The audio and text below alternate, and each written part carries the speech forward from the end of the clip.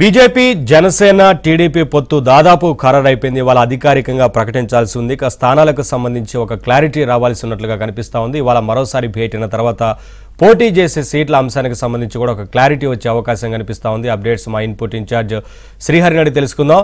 శ్రీహరి, పూర్తి స్థాయిలో పొత్తు అయితే ఖరారైపోయింది, కానీ స్థానాల అంశానికి సంబంధించి వాళ్ళ పూర్తిగా క్లారిటీ వచ్చే అవకాశం ఉంటుందో, ఒకవేళ వస్తే బీజేపీ ఎన్ని స్థానాల్లో అంటే ఎంపీకి సంబంధించి ఎన్ని స్థానాల్లో పోటీ చేసే అవకాశం ఉంటుందో, అటు అసెంబ్లీకి సంబంధించి ఎన్ని సీట్లను అడుగుతా ఉంది బీజేపీ? ఏంటి వివరాలు మొత్తంగా?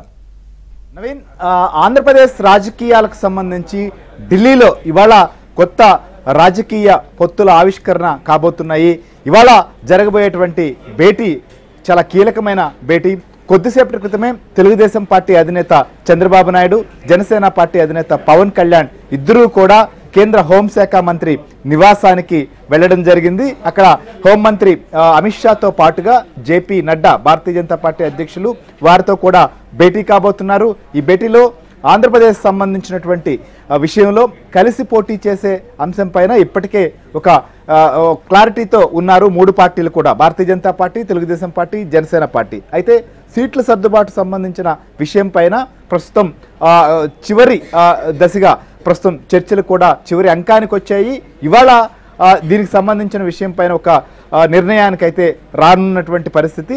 ఎవరు ఎక్కడెక్కడి నుంచి పోటీ చేయాలి, ఎవరు ఎన్ని స్థానాల్లో పోటీ చేయాలనేటువంటి అంశం పైన ప్రాథమికంగా డిస్కషన్స్ పూర్తయినటువంటి నేపథ్యంలో కొన్ని ఎంపీ స్థానాల విషయంలో, కొన్ని శాసనసభ స్థానాల విషయంలో మాత్రమే భారతీయ జనతా పార్టీ సూచించినటువంటివి, అలానే తెలుగుదేశం పార్టీ వైపు నుంచి సూచిస్తున్నటువంటి స్థానాలకు సంబంధించిన దానిపైన కొంత క్లారిటీ రావాల్సినటువంటి పరిస్థితి ఉంది. దానిపైన కూడా ప్రస్తుతం భేటీలో సుదీర్ఘంగా చర్చించి ఒక నిర్ణయానికి రాబోతున్నటువంటి పరిస్థితి. సో ప్రధానంగా ఇప్పటి వరకు కూడా అటు భారతీయ జనతా పార్టీ కోరిన విధంగా కావచ్చు, తెలుగుదేశం పార్టీ అంగీకరించిన దానికి విధంగా చూసినప్పుడు 8 పార్లమెంటు స్థానాలు అటు జనసేన కావచ్చు, భారతీయ జనతా పార్టీకి మిత్రులకు కేటాయించేదానికి 30 అసెంబ్లీ స్థానాల వరకు కూడా కేటాయించేదానికి సిద్ధమైనటువంటి పరిస్థితి. సో ఈ నేపథ్యంలో ఈ స్థానాలకు సంబంధించినటువంటి విషయాలపైన ఎవరు ఎక్కడ పోటీ చేయాలి, ఎవరు బలమైనటువంటి అభ్యర్థులు అవుతారు,